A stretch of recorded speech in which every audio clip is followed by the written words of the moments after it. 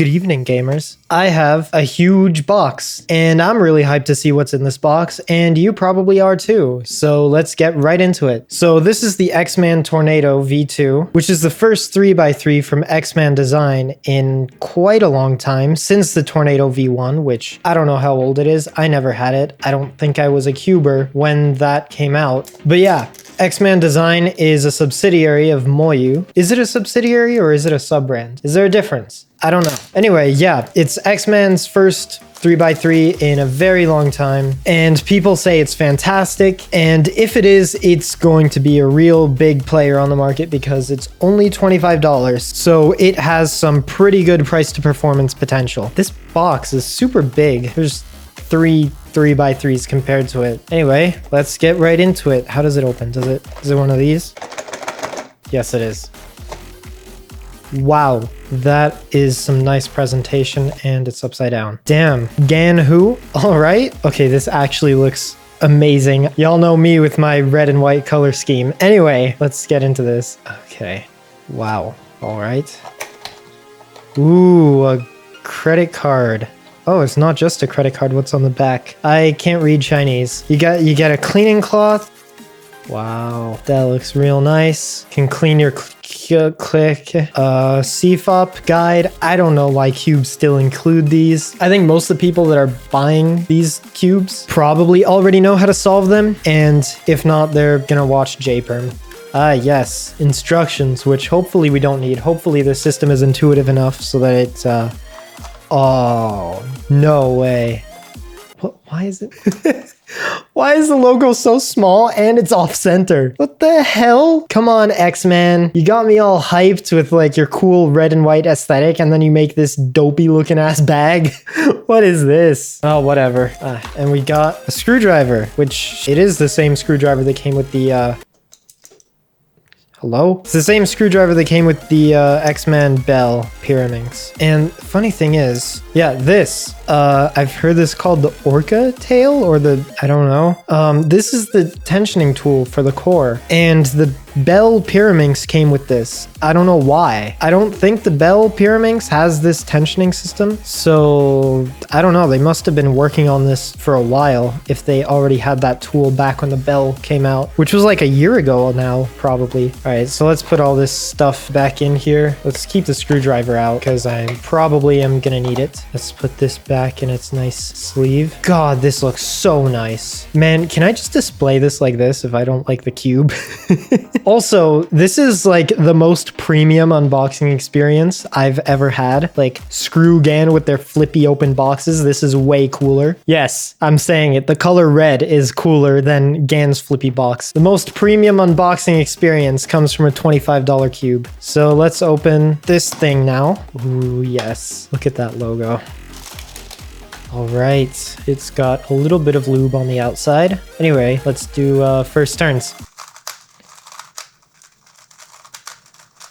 Okay, this feels like something.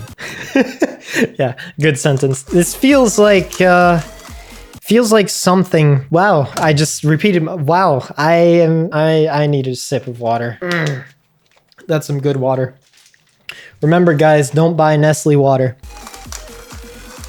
Okay, so it's like pretty stable, but that's probably because of the settings. It kind of feels like a Tangyun. Also, it's pretty quiet. Yeah, the corner cutting is not great, and it feels pretty blocky. Blocky in a very similar way to the Tangyun V2. Also, this surface is really interesting. It's not frosted, but it's not, it feels like just frosted, but it's already broken in. Yeah, this is almost exactly what my Worm 2020 feels like, which I've done like 30 to 50,000 solves on. But yeah, this is a very interesting feeling. The magnets are pretty strong at the moment. What number are they on? They're on the middle setting, and they already feel a little strong. All right, let's take a center cap off. Oh, wow. Those center caps go pretty deep in there. Is it going to be difficult to take them off? It's not too bad. Oh, never mind. I chipped my nail. Nice. Oh, dear. What? What's going on here? Let's try. Why did they give us a Phillips head screwdriver? This doesn't have screws, and the magnets use the minus, the flathead. So I don't know what they want us to do with a Phillips head screwdriver. Anyway, let's put on this bit and see what's up here. What? So if I turn it clockwise, the thing on the bottom turns. And if I turn it counterclockwise, it doesn't. That's weird. I'm assuming one of them controls the springs and one of them controls the screw depth. So let's see. How does this even work? Maybe I do need the instructions. Oh, God. Oh. Okay, it matters which way you put the center cap on. That's something I already learned. Huh, yeah, so there's a notch in there, but there is no notch in there. And there are these little clips on the inside of the center cap, so you gotta make sure those line up. Will it let you force it the wrong way? Yes, so don't do that. I guess you need to be careful. That's kind of dumb. Every other cube lets you put the center caps on literally however you want. Oh. Okay, I was right. So turning counterclockwise to adjust axis distance, which I guess is the screw depth, and turning clockwise to adjust spring tension, which is the springs, I guess. Okay, oh, I see. So the teeny tiny number in that hole there is your screw depth. So right now we are on the screw depth. So right now we're on the screw depth of 1. I don't know if you can even see that. It's very tiny. It's actually easier to see in person. Oh, okay. And then there's a notch in the side of the center cap. This is really not easy because of the black internals. They look super nice, but it makes it really easy to see this little notch here. Wow. You literally can't see it.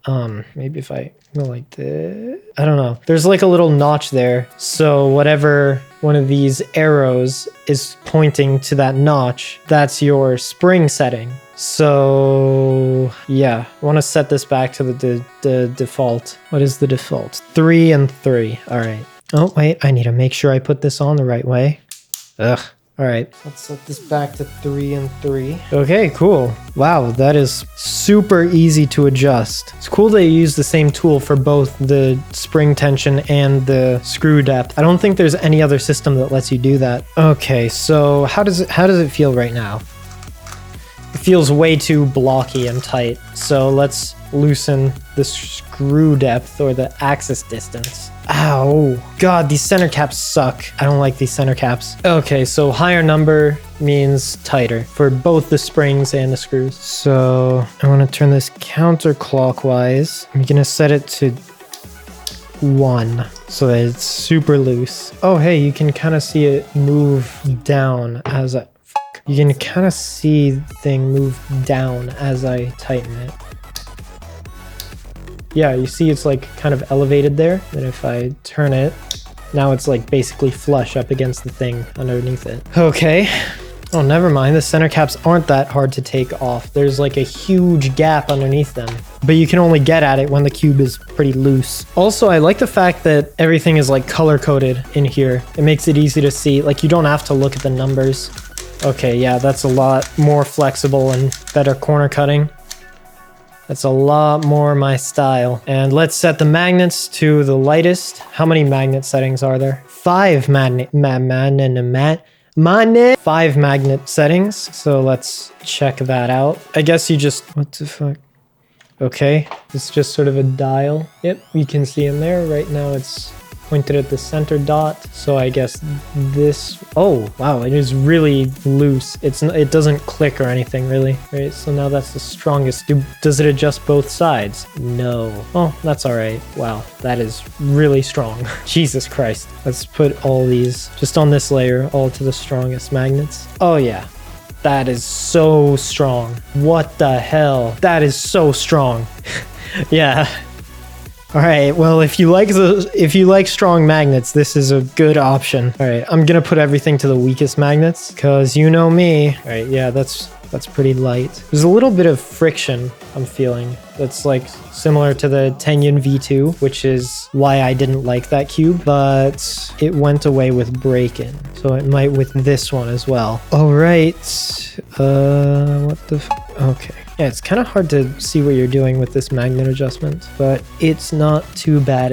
At least it's not the GAN 11, where you have to take the cube apart and the settings don't really do much, and the magnets end up too strong no matter what you do, and then you can't get a sub 10 average of 5 on it. I don't know if I've mentioned that on the channel, but yeah, I've never gotten a sub 10 average of 5 on the GAN 11, even though my global average is getting pretty close to sub 10. I think it's just the law now that I have to slander the GAN 11 in every single unboxing I do. All right, let's see how this feels now. Oh yeah, I like that. I'm gonna make the springs a little looser, so I turn it clockwise. Bruh, what is happening here? Okay, now. Oh yeah, that's a lot more my style. Yeah, this is feeling super nice. So it's not as effortless to turn as the Worm 2020, so I don't know if it'll be my main, but we shall see. I don't know, I might end up hating it, I might end up loving it, it might end up my main, who knows? I totally don't just want to main it because of this logo. Let's clean all this back up. Is this? Oh, this is a card in here. Okay, what the it's like static electricity stuck to my hand. What the fuck is happening? What? It's like sticking to literally what? Is it magnetic? Is it magnetizing to my bones? Okay, all right. Oh god, I forgot the credit card. God damn it, slide that in there. All right, so that is the X-Man Tornado unboxing. So I was kind of expecting this to feel similar to the Volk Elite, but it really, where's the Volk Elite? Where is it? Ah, here it is. This feels nothing like the Volk Elite. Oh, let's have a look at the pieces.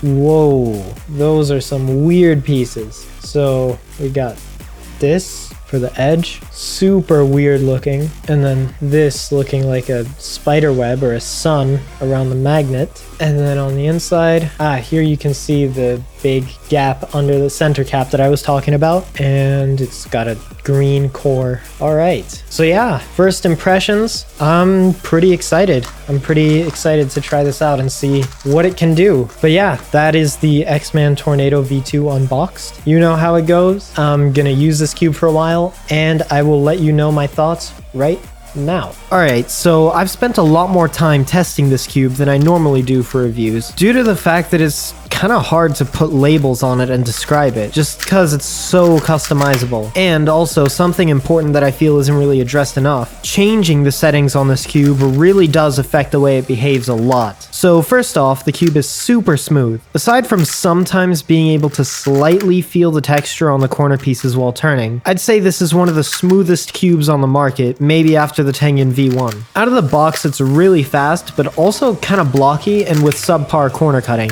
But all of that can, of course, be adjusted. The tensioning system is one of the best in my opinion. It's super simple to understand and only requires one tool to adjust. The magnet adjustment is also pretty good too, since the weak magnets are really weak and the strong magnets are insanely strong. And there are 5 magnet settings, so that gives you a pretty good degree of precision when choosing your magnet strength. One thing I realized after recording the unboxing portion of this video is that I forgot to do any solves. So I did, and the first thing I immediately noticed was some pretty bad reverse corner cutting. Like, it was actually making my time significantly worse. I did like 100 solves and was just ready to write the cube off as not worth getting, but then the next day I picked up the cube again and the reverse corner cutting was fine, and it still is. I have no idea what happened, whether it was break-in or me getting used to the cube or nargles, but I've also heard from other people that they've experienced the same thing, so super weird. No clue how to explain it. So after that reverse corner cutting issue went away, I decided to set the cube up properly. I tried lots of different settings and lubes, but ultimately settled on 5, the weakest, for both the screw depth and the spring strength, as well as the weakest magnets,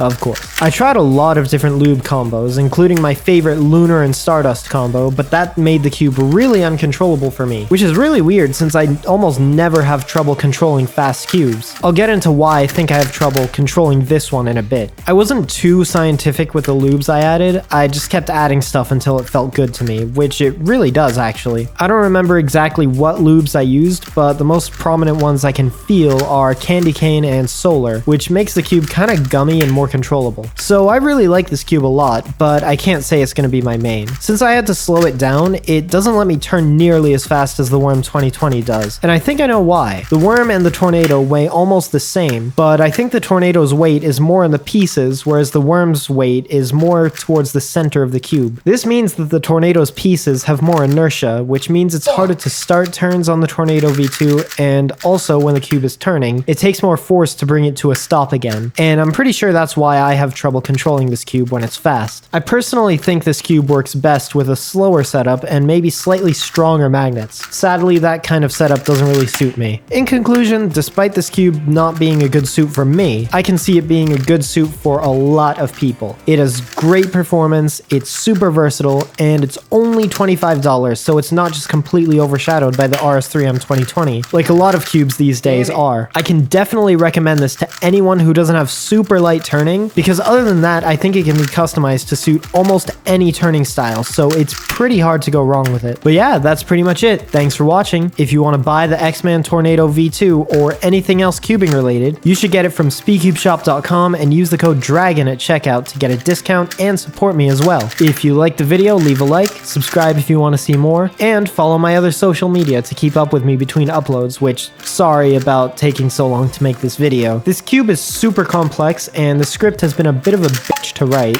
and I've had a bit of brain fog for like a week straight, but I hope the video turned out alright anyway. But yeah, that's it. See ya.